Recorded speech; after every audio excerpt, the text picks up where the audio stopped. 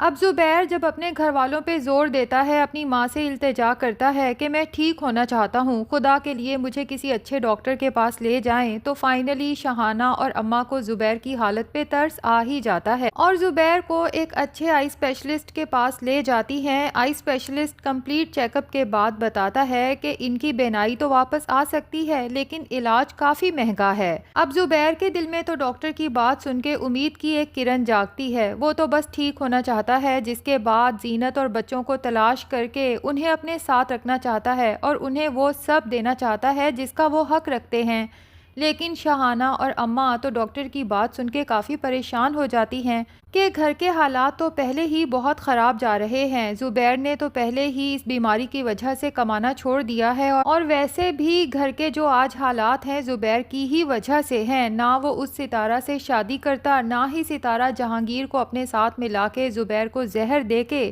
گھر سے سب کچھ لوٹ لاٹ کے بھاگتی۔ اب یہاں پر بھی اماں شہانہ یا سدرا کو اپنی غلطی نظر نہیں آتی کہ ہم نے بھی تو جہانگیر جیسے لٹیرے پر یقین کیا تھا، بغیر کسی انویسٹیگیشن کے اور زبیر کے منع کرنے کے باوجود اپنی ضد پوری کی۔ بہرحال ابھی وہ کلینک سے نکل کے سڑک کنارے کسی آٹو کے انتظار میں ہوتے ہیں کہ شہانہ کی نظر سامنے کھڑی زینت پہ پڑتی ہے اور اسے یقین نہیں آتا کہ میری آنکھیں ٹھیک دیکھ رہی ہیں، کیونکہ یہ تو کہیں سے وہ زینت دکھائی نہیں دے رہی جو سارا دن ہمارے گھر کے کچن میں کھڑی ہماری خدمت گزاری میں مصروف رہتی تھی۔ یہ سامنے کھڑی زینت تو بہت ہی ماڈرن ہے، جیسے کسی بہت ہی رئیس خاندان سے تعلق رکھتی ہو۔ تبھی شہانہ کنفرم کرنے کے لیے اماں سے کہتی ہے کہ ذرا دیکھیں نا، یہ سامنے جو کھڑی ہے زینت نہیں لگ رہی۔ اماں تو خود سامنے کھڑی زینت کو دیکھ کے ہکا بکا رہ جاتی ہیں، جبکہ زبیر کے کان میں جب یہ بات پڑتی ہے تو وہ تو اتاولا ہو جاتا ہے۔ اماں اور بہن کی منت کرتا ہے کہ خدا کے لیے مجھے جلدی سے زینت کے پاس لے جائیں، مجھے اس سے بات کرنی ہے۔ لیکن اس سے پہلے کہ شہانہ اور اماں اپنی آنکھوں پر یقین کر پائیں، زینت بھی ان لوگوں کو دیکھ لیتی ہے اور ڈر کے مارے قریب سے گزرتے ہوئے آٹو میں بیٹھتی ہے اور وہاں سے چل دیتی ہے۔ اب شہانہ اور اماں جب گھر جا کے سدرا کو بتاتی ہیں کہ زینت تو پہچانی نہیں جا رہی تھی، لگتا ہے بہت ہی کوئی لمبا ہاتھ مارا ہے، تبھی تو میں کہوں کہ پیچھے مڑ کے اپنے شوہر کی خیر خبر نہیں لی۔ جبکہ زبیر کو تو اپنی ماں اور بہنوں کا زینت کے لیے یہ نامناسب الفاظ استعمال کرنا بہت ہی ناگوار گزرتا ہے، تبھی انہیں سنا دیتا ہے کہ کیوں آئے گی وہ واپس، جس طرح سے میں نے اسے یہاں سے نکالا تھا تم لوگوں کے بھڑکانے پہ، کیا اس کے بعد بھی میں اس سے امید رکھوں کہ وہ واپس آئے اور میری خیر خبر لے؟ ساری غلطی میری تھی کہ میں رشتوں میں انصاف نہیں کر پایا، اپنی ماں اور بہنوں کو اتنی اہمیت دی کہ اپنی بیوی اور بیٹیوں کے حقوق کو یکسر فراموش کر دیا۔ اب میں بس ایک بار زینت سے مل کے اپنے گناہوں کی معافی مانگنا چاہتا ہوں۔ اس لیے اپنی اماں سے کہتا ہے کہ چاہے جتنے بھی پیسے لگ جائیں، آپ کو جہاں کہیں سے بھی ادھار اٹھانا پڑے، بس آپ جلدی سے میرا علاج کروائیں۔ جبکہ زبیر کی یہ بات سن کے سدرا کو تو بہت غصہ آتا ہے اور اسے پھر اسلم کی بات یاد آتی ہے جو سدرا سے پوچھ رہا تھا کہ یہ گھر اماں کے نام ہے یا زبیر نے اس پہ قبضہ کر رکھا ہے، اور پھر سدرا کو پٹیاں پڑھا رہا تھا کہ انسان کو اپنا حق کبھی بھی چھوڑنا نہیں چاہیے، اور پھر سدرا کے دماغ میں یہ بات بھی تو ڈال دی تھی کہ تمہیں پہلی شادی میں جو جہیز کا سامان ملا تھا مجھے وہ بالکل بھی پسند نہیں ہے، میں چاہتا ہوں کہ ہماری نئی زندگی کی شروعات بالکل نئے طریقے سے ہو اور میں اپنی پسند سے سامان خریدنا چاہتا ہوں۔ دراصل اسلم کی انٹینشنز تو یہی ہیں کہ سدرا کے تھرو جتنا کچھ ہو سکتا ہے ان سے لوٹ لے، اور سدرا جب اس گھر میں سے اپنا حصہ مانگے گی تو ظاہر ہے کہ وہ اسلم کے ہاتھ میں ہی رکھے گی۔ ایک دفعہ اسلم سدرا کا حصہ اور دکان بیچ کے یہاں سے نکلے گا تو کبھی مڑ کے پیچھے نہیں دیکھے گا۔ اور یہ سدرا جو پہلے بھی ایک بار ایک آدمی سے بیوقوف بن چکی ہے، لیکن اب دوسرے آدمی سے بھی بیوقوف بننے کو مکمل تیار بیٹھی ہے اور یہی سمجھ رہی ہے کہ شاید اسلم سچ میں میرے حسن پہ فریفتہ ہو چکا ہے۔ مزہ تو اسے تب آئے گا جب اسلم کی اصلیت نکل کے سامنے آئے گی۔ فی الحال تو اپنی ماں بہنوں کو اشارہ کرتی ہے کہ زبیر کی بات پر زیادہ غور کرنے کی ضرورت نہیں، اور ساتھ ہی نیا شوشہ چھوڑ دیتی ہے کہ اگر زبیر بھائی کو اتنا ہی شوق ہے ٹھیک ہو کر اپنی بیوی اور بچوں کی خدمت کرنے کا، تو ایک کام کریں کہ یہ گھر بیچ کے میرا حصہ میرے نام کریں اور باقی سب اپنے حصے سے جو کرنا چاہتے ہیں کریں، مجھے اس سے کوئی پرواہ نہیں۔ زبیر تو یہ سن کے حیران رہ جاتا ہے، جبکہ اماں اور شاہانہ کو بھی حیرت کا جھٹکا لگتا ہے۔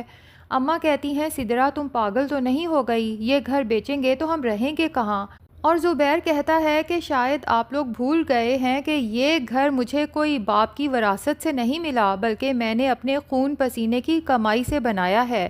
تو سدرا یا کسی اور کا تو اس میں کوئی حصہ بنتا ہی نہیں، اس گھر پہ اگر کسی کا حق ہے تو صرف میری بیوی اور میرے بچوں کا۔ اب سدرا تو بے شرم ہو کے اپنے بھائی کے سامنے کھڑی ہو جاتی ہے کہ کیا مطلب؟ آپ یہ کہنا چاہتے ہیں کہ میں جو اس گھر میں اتنے عرصے سے آپ لوگوں کے ساتھ رہ رہی ہوں، آپ لوگوں کی خدمتیں کر رہی ہوں،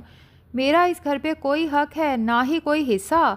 دیکھ لیں بھائی، اگر سیدھے طریقے سے آپ نے میرا حصہ مجھے نہ دیا تو پھر مجھے کوئی غلط راستہ اختیار کرنا پڑے گا، لیکن اپنا حصہ تو میں لے کے ہی رہوں گی۔ اب اکیلے میں اماں سدرا کو سمجھانے کی کوشش کرتی ہیں کہ تم بہت ہی ناجائز ضد کر رہی ہو، جس پہ سدرا اماں کو بھی سنا دیتی ہے کہ اسلم چاہتا ہے کہ ہماری شادی بہت دھوم دھام سے ہو اور سب کچھ نیا ہو، اور جہیز اسلم اپنی پسند سے لینا چاہتا ہے، تو گھر تو بہرحال آپ کو بیچنا ہی پڑے گا۔ دوسری طرف جہانگیر کی جس طرح سے موت ہوئی ہے، ستارہ تو بہت ڈر گئی ہے، اور اب جا کے اسے احساس ہو رہا ہے کہ جہانگیر کی جھوٹی باتوں پر یقین کر کے اور زبیر کے ساتھ بے وفائی کر کے ستارہ نے خود ہی اپنے پاؤں پہ کلہاڑی مار لی ہے، اور اب جہاں پھنس چکی ہے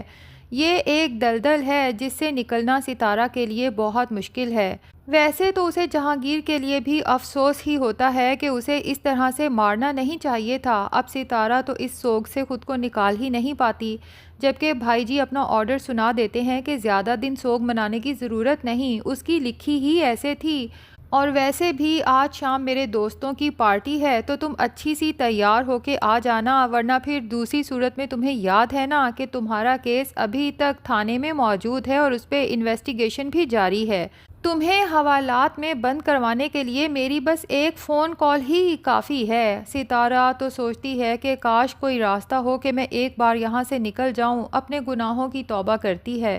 کہ میں آج کے بعد کبھی غلط راستے پہ نہیں چلوں گی، لیکن نہ تو وہ بھائی جی کے گندے سے دوستوں کے لیے انٹرٹینمنٹ کا سامان بننا چاہتی ہے، اور نہ ہی جہانگیر کی طرح اتنی بری موت مرنا چاہتی ہے۔ بالآخر ستارہ کو ایک موقع مل ہی جاتا ہے، کیونکہ بھائی جی کے کسی اڈے پہ پولیس کا چھاپا پڑا ہے، اور بھائی جی کافی پریشان ہو جاتے ہیں کیونکہ وہاں پر ان کا بہت مال موجود ہے جو پولیس کے ہاتھ لگ گیا تو بھائی جی کا کافی نقصان ہو سکتا ہے۔ تبھی اپنے تمام آدمیوں کو تیاری پکڑنے کا کہتے ہیں کہ ہمیں فوراً سے پہلے وہاں پہنچنا ہوگا، اور ستارہ فیصلہ کر لیتی ہے کہ جیسے ہی بھائی جی اور اس کے بندے یہاں سے نکلیں گے تو ستارہ اپنی آخری کوشش ضرور کرے گی۔ اب سب کے چلے جانے کے بعد ستارہ ایک بڑی سی چادر اوڑھتی ہے اور دھڑکتے دل کے ساتھ فارم ہاؤس کے پچھلے رستے سے فرار کی کوشش کرتی ہے۔ اب دیکھنا یہ ہے کہ کیا ستارہ اپنی کوشش میں کامیاب ہو پاتی ہے یا پھر جہانگیر کی طرح ماری جاتی ہے۔ اور دوسری طرف زینت جب گھر جاتی ہے تو اسے فلیش بیکس ہوتے ہیں اور یاد آتا ہے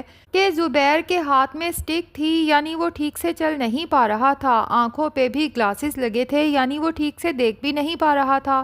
اور شاہانہ اور اماں نے اسے دونوں طرف سے پکڑ رکھا تھا، یعنی کہ زبیر بہت بیمار تھا، اور زینت جو زبیر سے بے تحاشا محبت کرتی ہے، زبیر کی یہ حالت تو اس کے لیے بالکل ہی ناقابل برداشت ہو جاتی ہے۔ تو زبیر کی دعائیں رنگ لانے والی ہیں، کیونکہ زینت اب زبیر سے ملنے ضرور جائے گی، اور ہو سکتا ہے کہ زینت زبیر کو اپنے ساتھ ہی لے آئے، جس کے بعد اس کی خدمت کرے گی، اس کا بہترین علاج کروائے گی، اور ٹھیک ہو جانے کے بعد زبیر کا یقین مزید پختہ ہو جائے گا کہ اس کا اگر اس دنیا میں سچ میں کوئی خیر خواہ ہے تو صرف اس کی بیوی زینت۔ تو ناظرین، آپ میں سے کون کون زینت اور زبیر کی ہیپی اینڈنگ دیکھنے کا منتظر ہے؟ کمنٹ سیکشن میں ضرور بتائیں۔ ویڈیو پسند آئی ہے تو لائک اور چینل کو سبسکرائب بھی ضرور کر دیں۔